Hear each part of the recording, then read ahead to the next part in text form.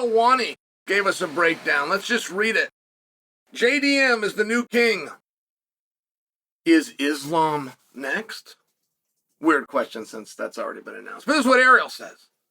What does this mean for Ilya? Aldo or Zabib? What's next for Aldo? Vitor Belfort joins the Hall of Fame. Valentina dodges a bullet. How many was that, guys? 1, 2, 3, 4, 5, 8 of 5 fights that were televised. 8 mentions were done by Ariel, 2 of which are into the future.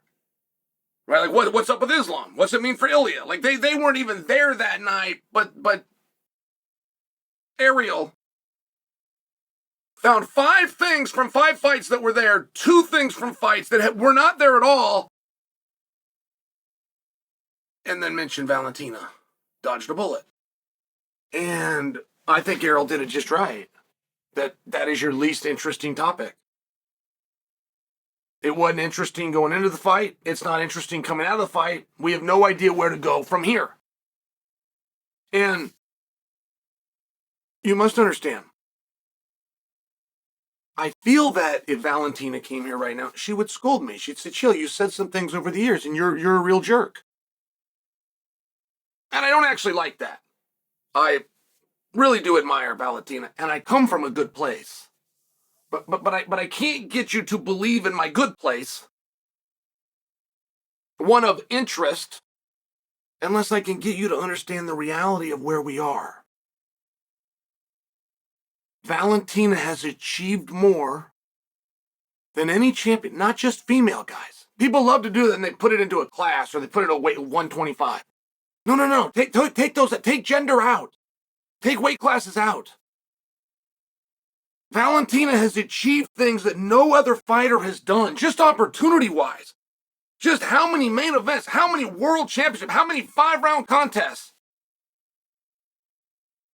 How many times is a belt up for grabs? Whether you win it, you lose it, it's a draw. How many times are you associated with a world title fight? It is unbelievable, the success of this young lady. I think of your biggest stars, guys. Go ahead, throw them at me. Royce Gracie, Khabib Nurmagomedov, George St. Pierre, Randy Couture, Daniel Cormier. Throw them at me. Keep going. Keep on going. Chuck Liddell, Tito Ortiz. Go back as far as you want. Ronda Rousey. Throw them at me. Throw me your biggest stars. Because none of them have been on more posters than Valentina. None of them stayed at the top longer than Valentina. None of them have been written off, knocked down, and found a way to get back up and win more than Valentina. None of them. But she can't fight in a main event. In fact, she can't even fight in front of a sold-out arena. And I'm letting you know this. I'm not asking your opinion. I'm letting you know. And I'll hear from some of you liars in the comment section who have been to live events, saw the Valentina Shevchenko line for an autograph, and never went and stood in it. You'll proclaim to me how much you love her, but you never went and saw her live. You never went over to DraftKings and bet on her, because you were that uninterested, and that's just the truth. So you come in on the back of what I'm saying to look as though you're a nice person doing some virtue signaling. I'm fine with it, but I'm not looking to be a mean person. I'm talking about what can we do about that, because quite frankly, we're running out of time. If your champion can't draw, the first thing you would try to do is get your champion beat. Now, you would never talk about this. You would never admit this. But it's what you would do. You would try to get them beat. If you can't get them beat, you would just demote them. It's called a promotion. Promotion only goes one way. It doesn't even run sideways. Promotion goes up. So you would go from main card to co-main to main event. You succeed in the main event, where else can you go? Well, I guess it's got to be a world title fight. But you would go up. Once you get all the way up there and you're in main event and you're in title fights, what do you do to get a promotion? You get paid more money. It goes up. Unless you have an unlikable champion that's very hard to beat, then you got to break the only rule of your company. You just got to pull them down. You got to quit putting them in your main event. You can't shove that up somebody's ass, and that's been tried before. It just doesn't work. It wouldn't matter if it was Benson, good friend of mine. Wouldn't matter if it was Demetrius, good friend of mine. But you can keep shoving them in the people's face, but eventually the people are going to keep pushing back. And then one of two things is going to have to happen. You're going to have to find somebody that can beat them, or you're going to have to demote them. And this decision was made on Valentina a long time ago. And I'm only speaking today about what could happen to change that moving forward. Now, there's not a lot of options. Valentina has really set herself in the pool of the importance of looking like a nice person to me. To me, Valentina, on a personal level, to look like I'm a nice person, I am willing to forego the business part of the business I'm in. Now, just where that becomes ironic, when you're a fist fighter covered in tattoos, nobody thinks you're a nice person. When your own mother took you to fight practice, nobody would expect you to be a nice person. When you yourself had influence over one person, and it was your little sister, and what you did with that influence is you took her into fight practice, nobody expects you to be a nice person. De La Hoya came out and let the whole world know what a scumbag he was, and nothing happened, because he was a boxer. His dad took him to a gym to get punched in the face. Like he didn't really have this great opportunity.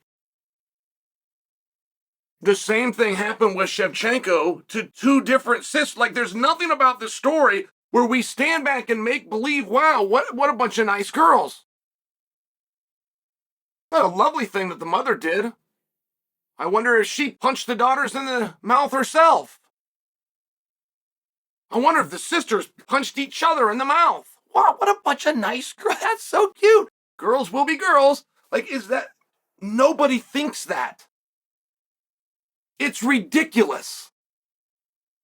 It is one of the great tough love stories, which, by the way, those girls turned out to be tremendous successes. Valentina and her sister, they turned out to be very successful and wonderful people.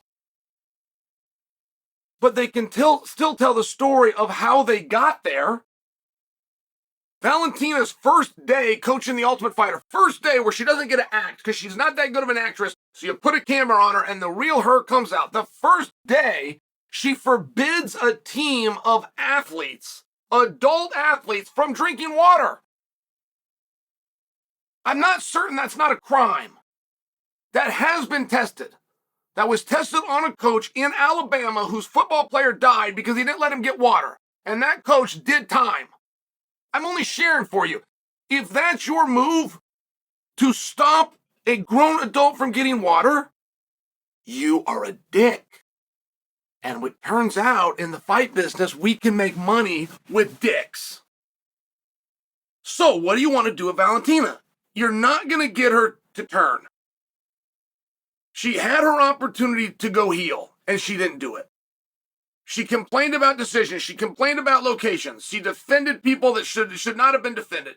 She prohibited the watch. She covered herself in tattoos. I mean, she did everything that you could do, and she still didn't have the courage to come out and let the world know that she's not that nice of a person. So to make believe that she's going to do it now is pretty tough. So what can she do? That's all I'm here to discuss. I'm not here to kick her or give her a hard time or have to hear from the 3 fans of hers that have figured out how to log on from Kakistan. I'm not doing any of those things. I'm discussing from a historical standpoint what can be done because she's not the first that couldn't draw. I mean, not for nothing, the queen herself, Amanda, doesn't have any records. Amanda does not have a personal payout record. She does not have a personal guarantee from a financial standpoint. She does not have a live gate. She does not have a merchandising. She does not have a pay-per-view, even rumor by the dirty, rotten Dave Meltzer who makes things up. Even Dave hasn't made up a lie. And he lies all the time. He hasn't even made up a lie that Amanda's got any kinds of records. So what do? Well, Amanda retired. Now, you got to understand, you can't have a comeback fight unless you had the retirement announcement first. So is that the direction that we go with Valentina? Does she take a little bit of a break? Does she retire? Does she pull out? Does she say that I'm done? Or she doesn't want to kill that kind of time? These things are all possible options. Does she take a bigger risk? Does she change weight classes? Does she call for the winner of Juliana versus Kayla? I mean, that would be a very interesting shift.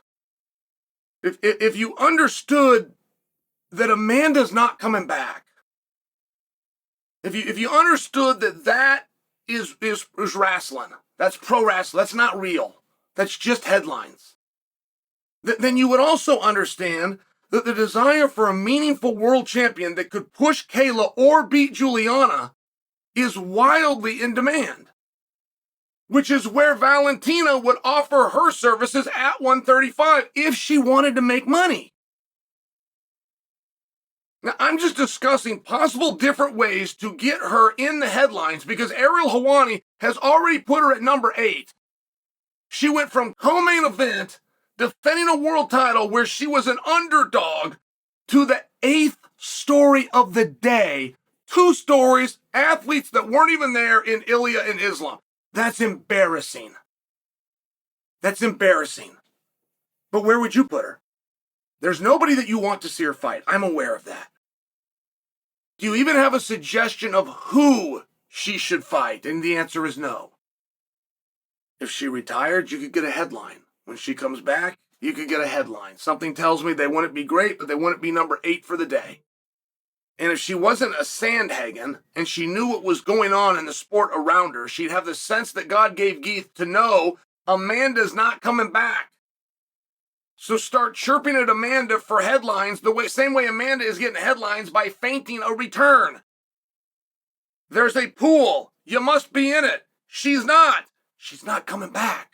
But the need for a meaningful opponent against the evil Kayla or the all-too-confident Juliana, that story works. So Valentina either doesn't care, isn't interested, or doesn't believe she's as good as you're being told. Doesn't believe she can actually deal with Kayla and Juliana. And if that is the case, she should do what she's doing, which is keep her mouth shut and leave the money-making and the pay-per-view business to Juliana and to Kayla and those that actually follow the sport that's got a business wrapped around it that we're in.